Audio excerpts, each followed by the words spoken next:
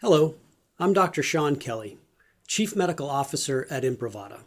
I'm also an Assistant Clinical Professor of Emergency Medicine at Harvard Medical School. As a practicing ER doctor, I see the impact of the opiate crisis firsthand.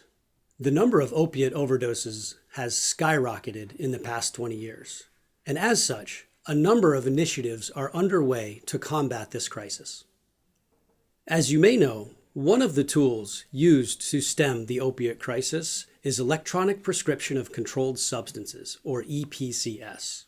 Walmart announced that it will only allow EPCS in its pharmacies starting on January 1st of 2020.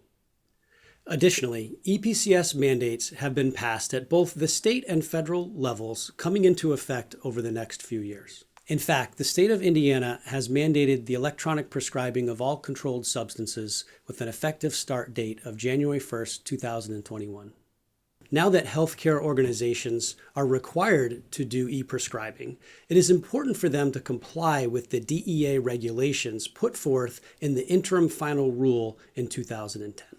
In order to stay compliant with EPCS regulations, organizations are required to follow unique and complex requirements in order to ensure the privacy, security, and non-repudiation of those electronic prescriptions. ID proofing, logical access control, two-factor authentication upon authorization of a prescription, and auditing and reporting tools.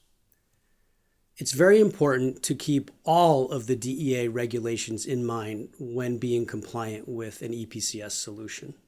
Keep in mind that if your organization plans on using a traditional token vendor for EPCS compliance with the two-factor authentication regulation, you may need to put into place disparate or even manual processes to maintain compliance with all of the other DEA regulations that are still required.